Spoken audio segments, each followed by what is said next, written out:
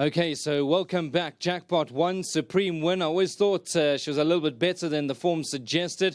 We'll obviously chat to Johan in just a moment. Chase Majan, well done to him. All the owners involved certainly got a nice filly on their hands that quickens up beautifully. Well done, Chase.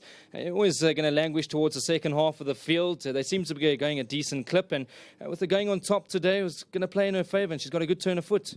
Yeah, I think that last run put a line through it because the soft, she's not very big. She takes a long time to get unwound. So I think in the soft, it just didn't suit her.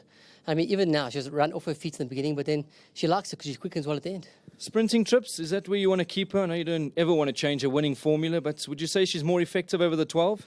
At this stage, I think yes, because it seems like every time they do that, they run off her feet and she enjoys it. She quickens at the end. So I think keep her where she's doing well. And just a big thanks to Johan, to the whole team. They put a lot of hard work in, and thanks everyone for the owners as well. Thank you. Chase, I want to ask you, I think his name is It's My Darling a bit later on for Dory Sham. Obviously, she can run her races. She's not a good thing by any stretch of the imagination, but a horse we can include in quartets?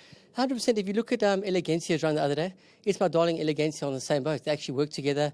It's My Darling probably beats her a bit at home, and it's one of the favourites of the owners as well, because you can see by the name It's My Darling. So I'm happy for a big run. Well done, Chase. Good win over here. Thank you. Super. Well done, Johan. Good to have you on track, as always. Obviously, a filly that we both spoke about last time. We're a little bit disappointed, but maybe we'll put it down to the yielding going. Yeah, listen, I went to watch a replay a couple of times. Obviously, I wouldn't say we fancied it to win, but a penultimate run before that first time at the Maidens at 11:60, she ran an absolute cracker. Always thinking she's going to love the 1400, and shocker. This is like a shocker that day. And the only thing I could put it down to, I watched the replay myself probably 10 or 12 times, and I couldn't see anything. She just never picked it up, and the only thing I can put it down to was a soft going. She's not a big filly, so they often don't enjoy the wet. Yeah, she's a smart little workhorse. She's a very honest little filly.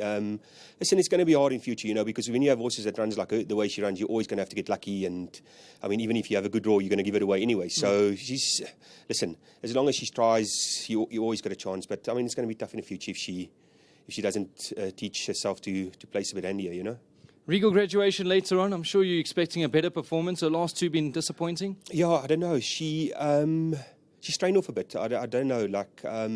She's not working as well as she was working a couple of months ago.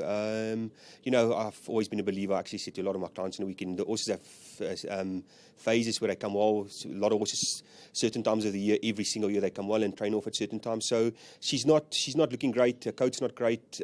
She's not working as well as she always does. But I mean, she's a good filly and she's honest and all that. So we're going to give her one more run, maybe one or two more runs after today. And if she doesn't shape, then it's probably time to call it a day. Johan, great to have you on course as always, and well done with the win. Appreciate it. Thank you. Lovely. Well done to Jan Janse van Veeren. Good to have him out at the VAAL this afternoon. It's a good win, yeah, number 9, supreme win.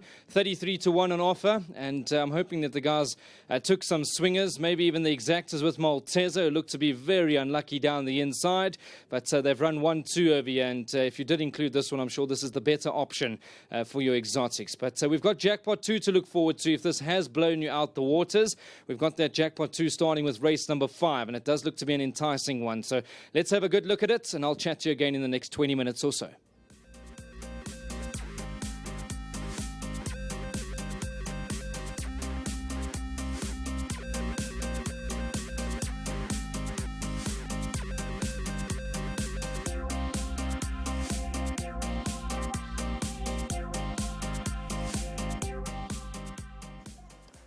Set to go from the 1200 and away and racing, and Mistress of My Fate had to be taken up at the start over there, got balked, and so too What a Thrill.